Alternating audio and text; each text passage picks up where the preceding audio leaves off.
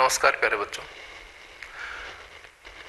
आप सबको ये पता है कि हम लोग एक बहुत बड़े प्रकरण को पढ़ने जा रहे हैं, वे उसका अध्ययन कर रहे हैं।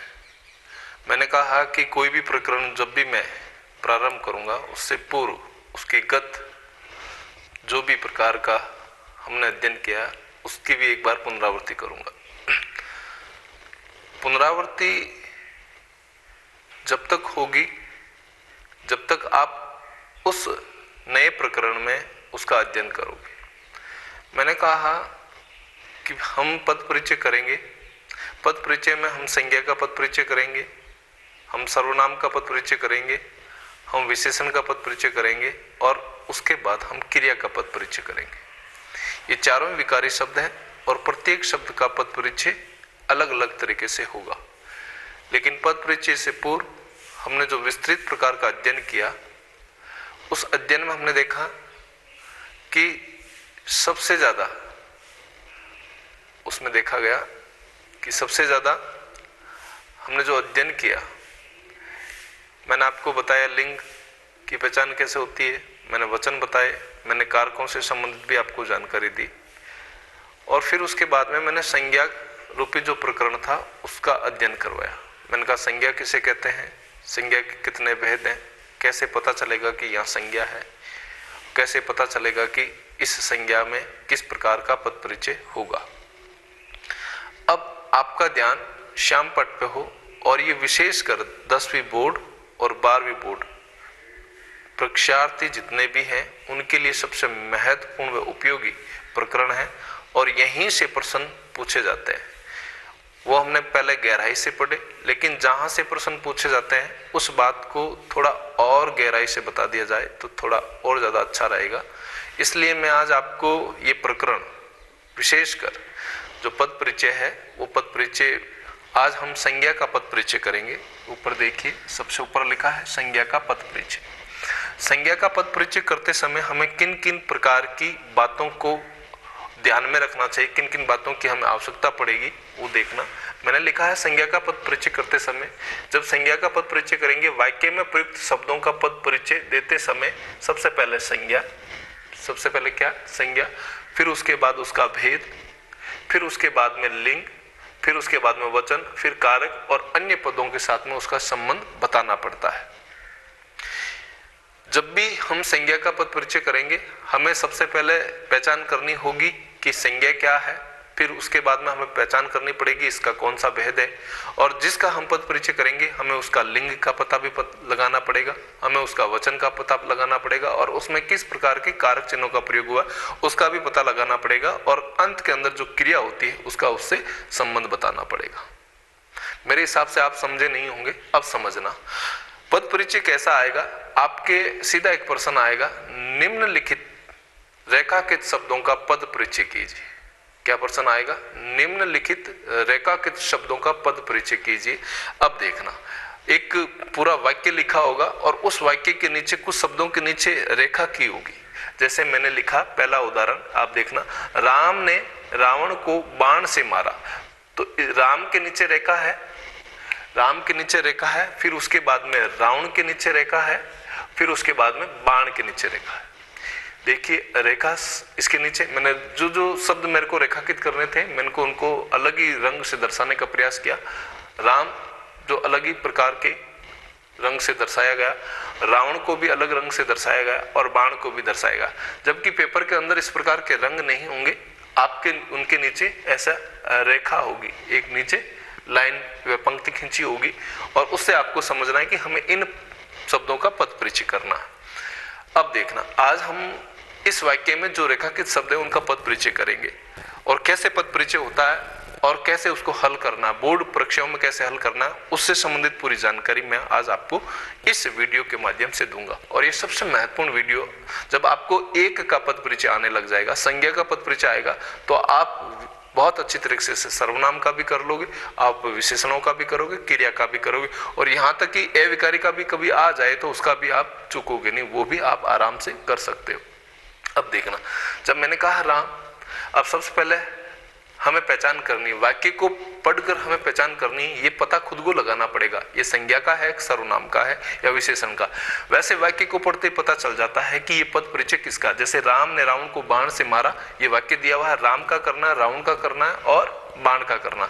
देखिए राम वैसे देखा जाए तो करता है, लेकिन राम में क्या विशेषण है, राम में क्या संज्ञा है, सॉरी राम में क्या संज्ञा है, राम में क्या सर्वनाम है या राम में कहीं क्रिया है। इसका मतलब राम क्या है, राम देखते ही हमें वाक्य को पढ़ते पता चल जाएगा कि राम एक संज्ञा है, पता चल गया। जब आपको ये पता चल जाए कि राम एक संज्ञा है तो इसका मतलब ये जो पद परिचय, जो रेखाकित शब्द है, ये पद परिचय किसका है, संज्ञा का है। किसका है, संज्ञा का है। इसका मतलब आप वाक्य को पढ़कर पता लगाओगे। इसलिए मैंने उससे पूर्वगत वीडियो के अंदर आपको पूरा संज्ञा से संबंधित बहुत ही विस्तृत हमने चर्चा की थी और मैंने आपको बताया था कि संज्ञा का पता कैसे लगाया जाए। जब संज्ञा का पता लगेगा तभी आपका पद परिचय होगा। आपको वहां केवल मात्र रेखा के शब्द मिलेंगे और उनको देखकर ही पद परिचय करना है। और आज हम पहला पद परिचय करने जा रहे हैं संज्ञा का। देखिए राम अब ये पता चल गया, वाक्य को पढ़कर हमें ये पता चल गया कि ये शब्द में संज्ञा है, तो हमने लिख दिया राम का पद परिचय करना है, 1 नंबर डाल दिया राम।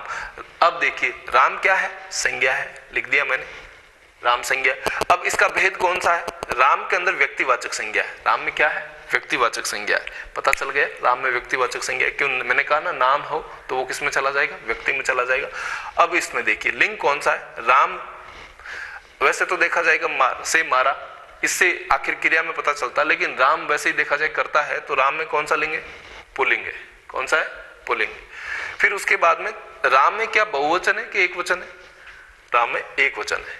क्या है, एक वचन है। ये देखिए एक वचन आ गया। फिर उसके बाद में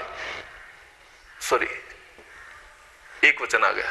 अब राम क्या है इसके अंदर, इसमें कौन से कारक चिन्हों का प्रयोग हुआ, कर्ता का। किसका हुआ, करने वाला व्यक्ति राम ही है, तो इसमें कौन सा, कर्ता है। तो मैंने बताया ना कि सबसे पहले आपको संज्ञा का पता लगाना पड़ेगा, फिर उसके बाद उसका भेद का पता लगाना पड़ेगा, फिर उसके बाद में लिंग का पता लगाना पड़ेगा, फिर वचन का पता लगाना पड़ेगा, फिर कारक का। देखिए हमने संज्ञा का पता लगा लिया कि राम में संज्ञा है, फिर हमने उसके भेद को भी जाना, संज्ञा में कौन सा भेद है, व्यक्तिवाचक है, वो भी हमने पता लगा लिया।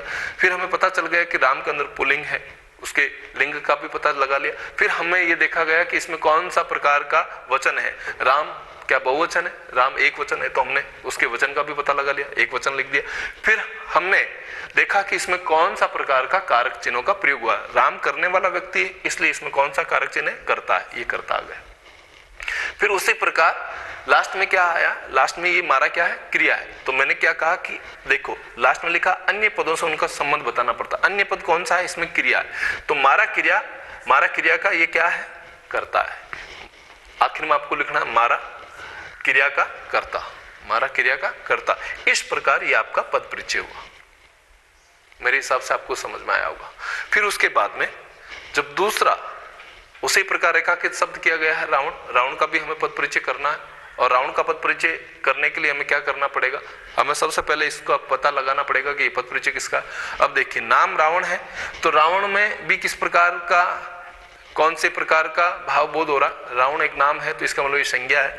तो सबसे पहले हमें पता लगा लिया रावण में ये संज्ञा है। क्या है, संज्ञा है। आपको भी पता चला होगा कि इसके अंदर संज्ञा है। फिर उसके बाद में आप देखना रावण में किस प्रकार, रावण एक नाम है तो ये कौन सी संज्ञा है, व्यक्तिवाचक संज्ञा है। फिर देखिए इसमें लिंग कौन सा है, पुल्लिंग लिंग है। कौन सा है, पुल्लिंग। फिर उसके बाद में देखिए इसमें वचन कौन सा है, रावण एक ही है तो एक वचन है। फिर उसके बाद में वचन के बाद में मैंने कहा इसमें आपको देखना है कारक चिन्हों का प्रयोग। तो अब देखिए कारक, रावण को राम या करता हुआ, तो रावण को ये को किसको संबोधित करता है, कर्म को संबोधित करता है। तो रावण में कौन सा कारक चिन्ह है, कर्म कारक। पता लगा लिया। फिर उसके बाद में आखिर का पद वही क्रिया है मारा, तो यहां मारा राम में तो वो उसका कर्ता हो गया, लेकिन यहां मारा उसका क्या हो गया, मारा क्रिया का कर्म हो गया, मारा क्रिया का कर्म हो गया। इस प्रकार रावण का भी पद परिचय, रावण जो रेखा के शब्द था उसका भी पद परिचय हो गया। अगला समझना, अब तीसरा आया बाण। बाण का भी हमें पद परिचय करना है। अब बाण शब्द आ गया, लेकिन बाण शब्द जैसे आएगा, रेखा के शब्द आएगा, अब हमें इसमें पता लगाना है कि इसमें कौन सी क्या है, ये संज्ञा है सर्वनाम। अब देखिए कोई भी नाम हो, कोई पदार्थ का नाम हो, कोई वस्तु का नाम हो, चाहे कोई भी हो, तो वो क्या किसमें जाती है, संज्ञा में। अब हमें ये पता तो लग गया कि ये संज्ञा है, लेकिन हम इसके भेद को नहीं पहचान पाएंगे। मैं एक चीज बता देता हूं कि चाहे कुछ भी हो, पद परिचय में दो चीजें सबसे महत्वपूर्ण है। सबसे पहले तो उसका पता लगाना कि वो संज्ञा, सर्वनाम, विशेषण या क्रिया है। एक तो ये पता लगाना सबसे महत्वपूर्ण है। दूसरा उसका भेद, ये किस भेद में है। जैसे संज्ञा के तीन भेद है, हमने दो में व्यक्तिवाचक संज्ञा का पता लगा लिया कि इन दोनों में व्यक्तिवाचक संज्ञा। उसी प्रकार जैसे बाण आया है, तो बाण के अंदर भी हमें पता लगाना पड़ेगा कि बाण में कौन सी संज्ञा है। सबसे पहले तो ये देखा कि बाण संज्ञा है, एक सर्वनाम है, विशेषण है, तो हमें पता लग गया कि बाण ना तो सर्वनाम है, ना विशेषण, ना क्रिया, बाण भी एक प्रकार की संज्ञा है। ये पता लग गया, तो हमने लिख दिया संज्ञा। इसका मतलब ये संज्ञा का पद परिचय, संज्ञा लिख दिया। फिर अब देखना है कि इसमें किस प्रकार का, ये संज्ञा का कौन सा भेद है। अब देखिए मैंने कहा जब किसी भी प्रकार के समूह का बोध हो तो वो किस में चला जाता है, जाति में चला जाता। अगर मैं कह दूं ब्रह्मास्त्र रूपी बाण, तो ब्रह्मास्त्र रूपी जो बाण आएगा वो तो व्यक्तिवाचक में चला जाएगा, बाण है। अब अनेक प्रकार के नामों के बाण होंगे, बाण एक प्रकार की जाति होगी। क्या होगी, जाति। ये आपको पता लगाना पड़ेगा, और थोड़ा सा आपको जब पूर्व में अध्ययन किया तो इसका पता भी लग जाएगा। अब देखिए इसमें जातिवाचक संज्ञा है, पता लग गया जातिवाचक संज्ञा। अब बाण, अब अपने को इसमें लिंग का भी पता लगाना। बाण वैसे देखा जाए तो हमेशा उसमें कौन सा लिंग होता, पुल्लिंग होता। कौन सा होता, पुल्लिंग होता। अब बाण एक ही है, एक बाण से मारा गया, तो इसमें भी एक वचन है। वैसे बाण में देखा जाए तो बहुत सारे बाण हो सकते हैं, लेकिन बाण से मारा, या इससे पता लग जाएगा कि आपका कौन सा वचन, एक वचन है। अब देखना, अब इसके अंदर कारक चिन्ह की पहचान करनी। देखो बाण के नीचे रेखा के शब्द है, बाण किससे जुड़ा, से।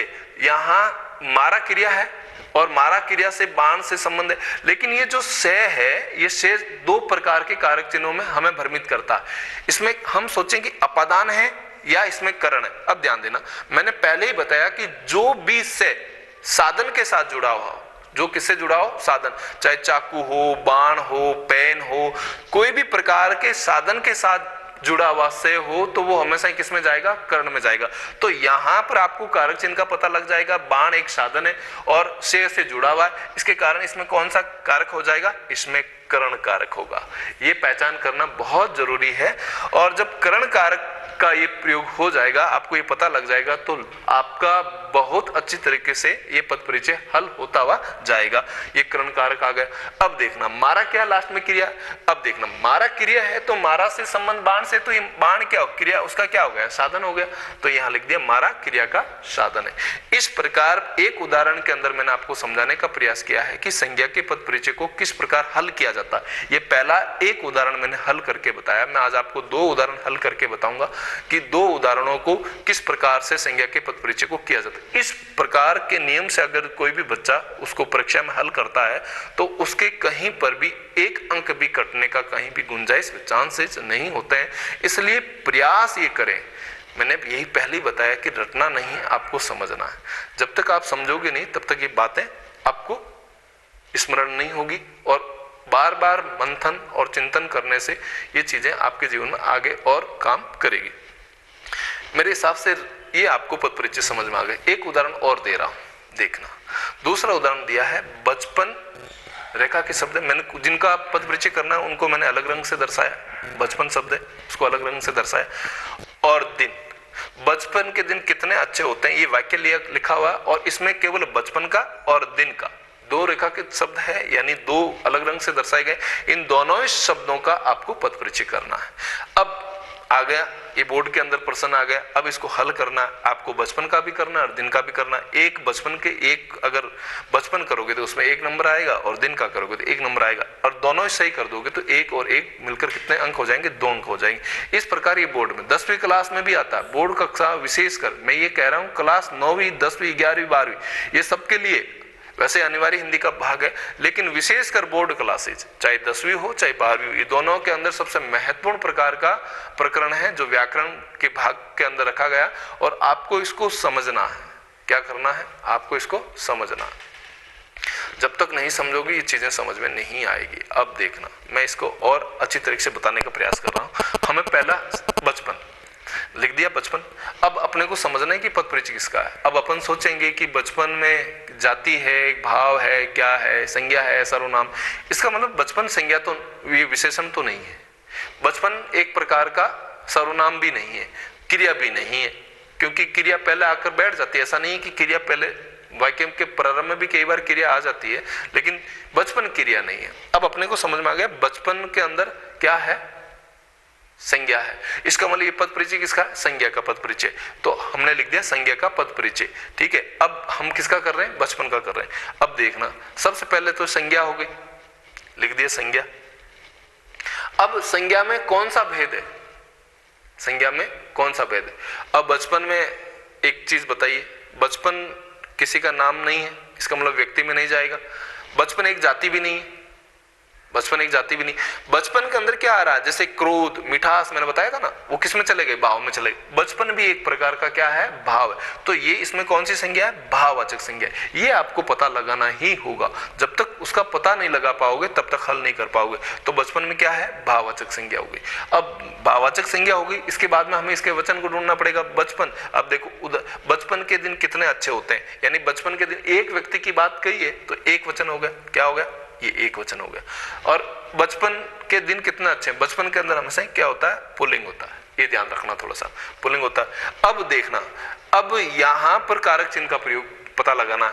अब देखना कारक चिन्ह का प्रयोग कैसे लगाएंगे, पता, यहां संबंध कारक है। कौन सा कारक है, संबंध कारक है। मैंने कहा किसी से भी प्रकार का संबंध है, संबंध के कारक चिन्हों का, संबंध में कौन से कारक चिन्हों का प्रयोग होता है, काके की, यानी जिसने काके की टांग पकड़ ली, ऐसे कहा जाता है, तो उसमें उनसे संबंध, काका अपना एक रिश्तेदार है, अपना पारिवारिक है, तो उनसे संबंध हो गए। तो यहाँ बचपन में ये के जुड़ा है ना, ये यहाँ करता नहीं है, यहाँ करता नहीं है, इस कारण इसमें कौन सा हो गया, संबंध कारक हो गया। ये थोड़ा हटके पद परिचय, तो यहाँ संबंध कारक हो गया। अब यहाँ बचपन से नहीं है, दिन या संज्ञा है, तो यहाँ दिन संज्ञा से संबंध। इसका संबंध किससे, दिन से। किससे है, ये लिख दिया, दिन संज्ञा से संबंध है। अब अगला हम करेंगे दिन, किसका करेंगे, दिन का। अब देखना, सबसे पहले ये संज्ञा है, ये पता लगा लिया। अब संज्ञा में दिन कौन सी संज्ञा है। अगर मैं कह दूं सोमवार तो वो व्यक्ति में चला जाएगा, मैं कहूंगा मंगलवार, नाम आ गया तो वो संज्ञा व्यक्तिवाचक में चला जाएगा। और वैसे दिन एक प्रकार की क्या है, जाति, समूह को बहुत संबोधित कर रहे हैं ना, 7 समूहों का एक सप्ताह होता है, तो उसमें वही नाम चलते हैं, तो जातिवाचक।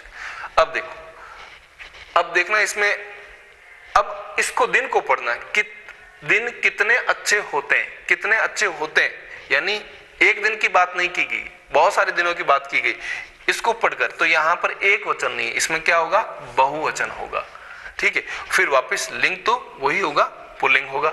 अब देखना, यहां बचपन से संबंध कारक है, लेकिन यहां कर्ता कौन है, यहां दिन ही है, तो यहां इसमें कौन सा कारक है, कर्ता कारक आ गया।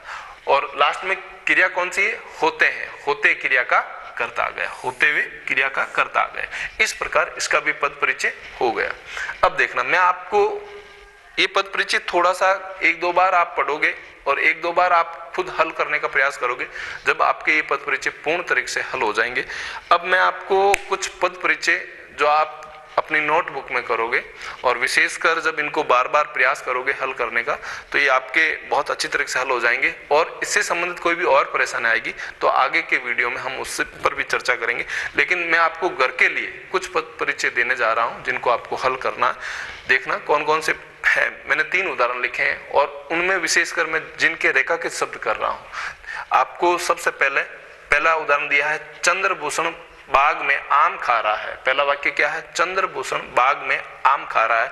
तो मैं पहली रेखा के शब्द कर रहा हूं, देखना, पहला है चंद्रभूषण, इसका पद परिचय करना। दूसरा बाग में, इसके नीचे भी रेखा। तीसरा आम। आपको पहले उदाहरण में 3 का पद परिचय करना, चंद्रभूषण का करना है, दूसरा बाग में करना है, तीसरा आम का करना है। ये पहला उदाहरण, इसमें ये करना है। दूसरे में आपको लड़कियां का पद परिचय करना, हाथों से करना है, और वस्त्र, तीनों का पद परिचय करना। और तीसरा उदाहरण गंगा और हिमालय, इन 2 का पद परिचय करना है।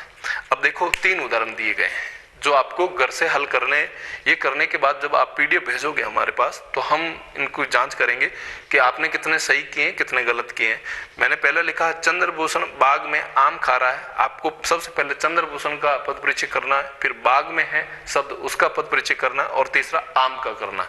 इसमें 3 रेखांकित शब्द है, इन तीनों ही रेखांकित शब्दों का आपको पद परिचय करना है। दूसरा उदाहरण दिया मैंने, लड़कियां हाथों से वस्त्र धो रही है, तो यहाँ लड़कियां जो शब्द है उसका पद परिचय करना, हाथों से जो दूसरा शब्द लिखा उसका पद परिचय करना, और वस्त्र रूपी शब्द का भी आपको पद परिचय करना। तीनों के नीचे रेखांकित शब्द किए गए। तीसरा उदाहरण दिया, गंगा हिमालय से प्रारंभ होती है, तो गंगा का आपको पद परिचय करना है, हिमालय का पद परिचय करना है, और इस प्रकार इसमें 2 रेखांकित शब्द है उनका आपको घर से पद परिचय करना है। आप इसको नोटबुक में उतारोगे।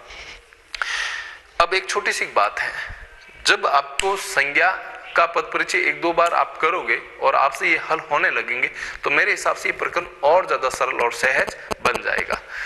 इसलिए कोशिश करना कि एक बार इस वीडियो को शुरू से 2-3 बार आप सुन लेना। सुनने के बाद जब आप इस वीडियो के तय तक जाओगे, तो आपको जो उदाहरण दिए गए हैं जिनमें मैंने रेखांकित शब्द किए हैं, उन्हीं रेखांकित शब्दों का आप पद परिचय करोगे, तो वो पद परिचय करते समय थोड़ी सावधानी रखकर करोगे तो आपका पद परिचय हो जाएगा। एक बार में नहीं होगा, दूसरी बार में होगा। अगर ये बार बार आप प्रयास करोगे तो ये पद परिचय आपके लिए बहुत सरल और सहज बन जाएगा। इसलिए मेरा प्रयास ये रहता है कि ज्यादा से ज्यादा आप लोग इस बात को, मैंने कहा जब तक बच्चा शुरू से नहीं जुड़ेगा तब तक ये सीख नहीं पाएगा। इसलिए आज आपको इस क्लास के अंदर इस प्रकार का संज्ञा का पद परिचय करवाया गया।